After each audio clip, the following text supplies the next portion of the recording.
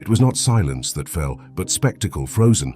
In the final days before the mountain's fury, the villas of Stabiae perched high above the Bay of Naples, their marble columns casting long shadows over manicured gardens and secret baths.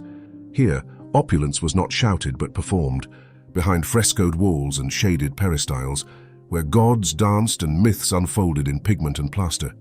Among them stood a villa known today as Villa Arianna, its construction beginning in the early 1st century BCE and reshaped through the reigns of emperors. Its rooms clung to the cliffside, framing the sea like a stage.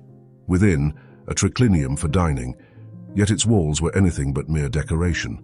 Dionysius himself leapt across one panel, surrounded by veiled women, masked revelers, and symbols of rites few were meant to understand.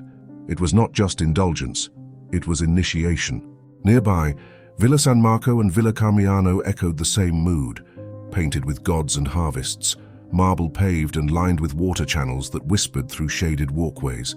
Beneath their elegance, an invisible network pulsed, lead-lined pipes, aqueduct-fed cisterns, steam baths tucked behind stone walls, and at their center always performance, banquets framed in illusion, spaces curated for transformation, spiritual or otherwise.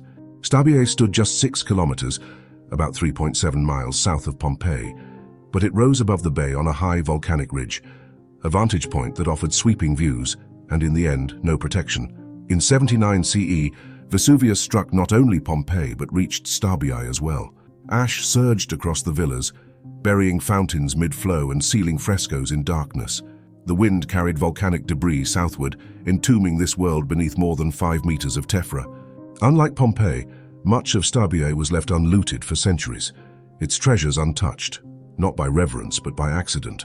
Rediscovered in 1757 by Swiss engineer Karl Weber under orders from the Bourbon court, the site was mapped and partially excavated, then reburied again.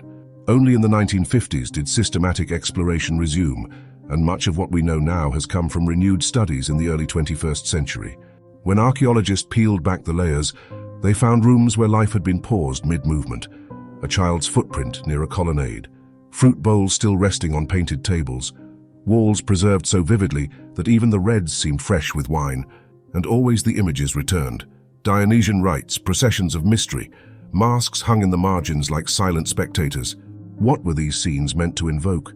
The cult of Dionysus was no casual festivity. Its symbols, thyrsus wands, ecstatic dancers, panthers, ivy, hinted at secret initiation, journeys through madness and rebirth.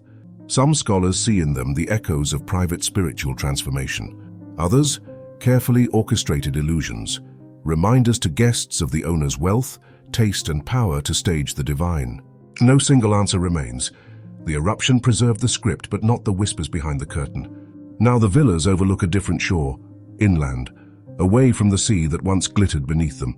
The coastline has shifted, the empire has crumbled, but within those walls the echoes persist. Masked rites, ash-choked courtyards and mythic feasts suspended forever in stillness. Stabiae offers no final truth, only a final image, of beauty captured in collapse, of myth made permanent not by belief, but by burial.